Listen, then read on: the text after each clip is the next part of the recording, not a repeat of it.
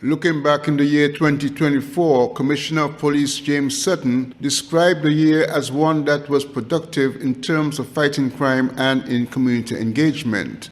Speaking recently on a government information program, the Commissioner of Police commended enabling pieces of legislation that were approved in the National Assembly of St. Kitts and Nevis. Okay, good afternoon, Ian, and good afternoon, our listening audience.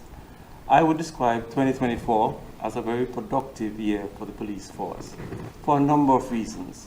One, we made a number of significant arrests in some major crime, serious crime, to curb and prevent the furtherance of these offenses. Two, we strengthened our community policing initiative by going out in the community and interacting and engaging with members of our community to rebuild the trust and confidence in the police, because it is important for the police to work in partnership with our community.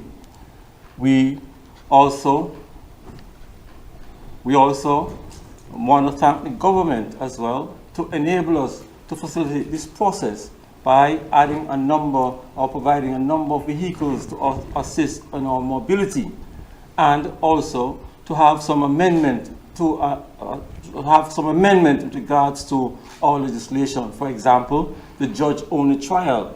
That is a significant step by the government in regards to crime and security.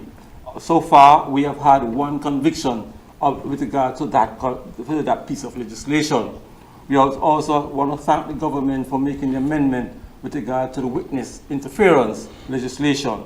So these are some of the things that we would be able to say have been positive. Apart from crime and security, we look at the hosting of a number of events during 2024. And all of these events were done incident-free, based on the fact that we placed a number of security measures in place. The police cannot work by ourselves, and we need the support of the community to work with us as we enter 2025.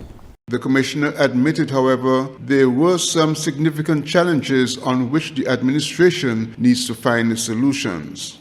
One of the challenges we would have encountered with the juvenile offenders, there is no proper place to house these persons, and they continue to offend the law in a number of ways.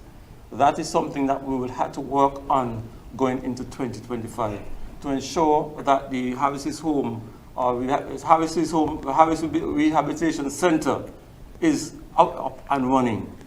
Two, we are seeing a number of mentally challenged persons moving around the city who are committing a number of offenses and are somewhat need to be brought into the frame under some control.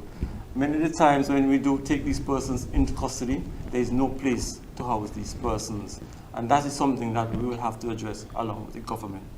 So there are a number of things that we are working on, including for the safety and security of all our citizens and residents.